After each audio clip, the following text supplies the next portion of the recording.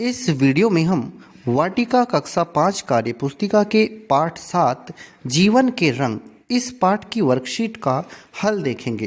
तो यहाँ पर सबसे पहला हमारा प्रश्न है, नीचे दिए शब्दों के अर्थ सरल भाषा में लिखिए। आपको इनके अर्थ सरल भाषा में लिखने हैं। जैसे जुनून का मतलब लगन होता है, तो ऐसे ही श्रृंगार मतलब सजावट, श्रृंगार का मतलब सजावट। दफ्तर मतलब कार्यालय। तमाशा, तमाशा का मतलब होता है मनोरंजक दृश्य या फिर नाटक। मेहनत का मतलब होता है परिश्रम। भयंकर मतलब डरावना या फिर खूंखार। तो ये आप इनके मतलब लिख सकते हैं। आगे देखते हैं। दूसरा प्रश्न है हमारा, निम्नलिखित प्रश्नों के उत्तर लिखिए। आपको इन प्रश्नों के उत्तर लिखने हैं। पहला प्रश्न है इसमें, रमैया नीम के पेड़ लगाने के क्या फायदे बताता है। तो उत्तर में आप लिखेंगे, रमैया क्या बताता है, नीम का दातुन बहुत ही लाभदायक होता है व इसके पत्ते जलाने से मच्छर दूर भाग जाते हैं। तो रमैया ये बताता है। आगे, पेड़ हमें क्या देते हैं। तो पेड़ हमें ताज़ी हवा, फल फूल, छाया, सूखी लकड़ियाँ आदि देते हैं। ये आप यहाँ से लिख सकते हैं। रमैया ने शादी के कार्ड पर पेड़ के महत्व का क्या संदेश लिखा है। तो रमैया ने संदेश क्या लिखा है, धरती का अब करो श्रृंगार, धरती का अब करो श्रृंगार, पेड़ लगाओ सब दो चार। ये संदेश रमैया ने लिखा है। धरती का अब करो श्रृंगार, पेड़ लगाओ सब दो चार। अगला प्रश्न है, रमैया की बेटी के सिर में दर्द क्यों हुआ। क्योंकि रमैया की बेटी स्कूल में बाहर धूप में बैठकर पढ़ाई करती थी, इसलिए उसके सिर में दर्द होता है। क्योंकि रमैया की बेटी स्कूल में बाहर धूप में बैठकर पढ़ाई करती थी, इसलिए उसके सिर में दर्द हो जाता है। अगला प्रश्न है, जंगल की आग कहानी में गोरैया क्या संदेश देती है।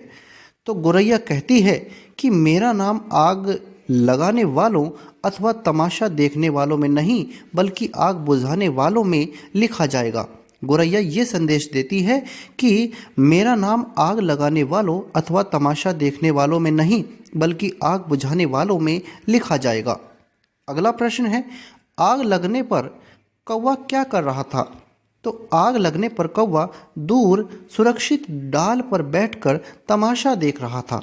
कौवा क्या कर रहा था, तमाशा देख रहा था, दूर किसी सुरक्षित डाल पर बैठ करके। आगे देखते हैं। अगला प्रश्न है इसमें, प्रश्न 3 है हमारा, नीचे दिए गए शब्दों के दो दो पर्यायवाची लिखिए। आपको इनके दो दो पर्यायवाची लिखने हैं।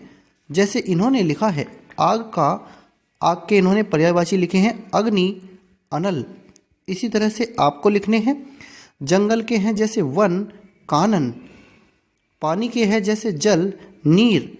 धरती के हैं धरा, भूमि। पेड़ के हैं वृक्ष, पादप। इस तरह से आप इनके दो दो पर्यायवाची लिख देंगे। चौथा प्रश्न है हमारा, नीचे दिए गए शब्दों के तुकांत शब्द लिखिए। आपको इनके तुकांत शब्द लिखने हैं।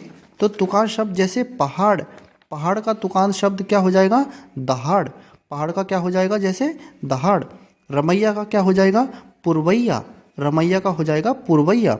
धुन, सुन, मगन, गगन, सपना, अपना। ये इनके तुकांत शब्द हैं। आप यहाँ से देख करके इनके तुकांत शब्द लिख सकते हैं। अब अगला प्रश्न है हमारा, प्रश्न 5, विलोम शब्दों का मिलान करिए।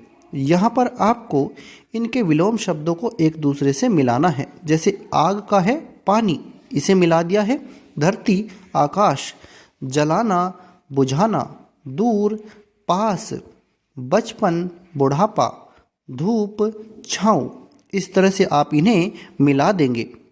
अब हम देखते हैं आगे अपने छठे प्रश्न को। प्रश्न 6 है हमारा, हमारे जीवन में हरे भरे पेड़ों का क्या महत्व है। तो उत्तर में आप लिखेंगे, हरे पेड़ पौधे हमें छाया, ऑक्सीजन, लकड़ियाँ, दवा और फल फूल आदि देते हैं।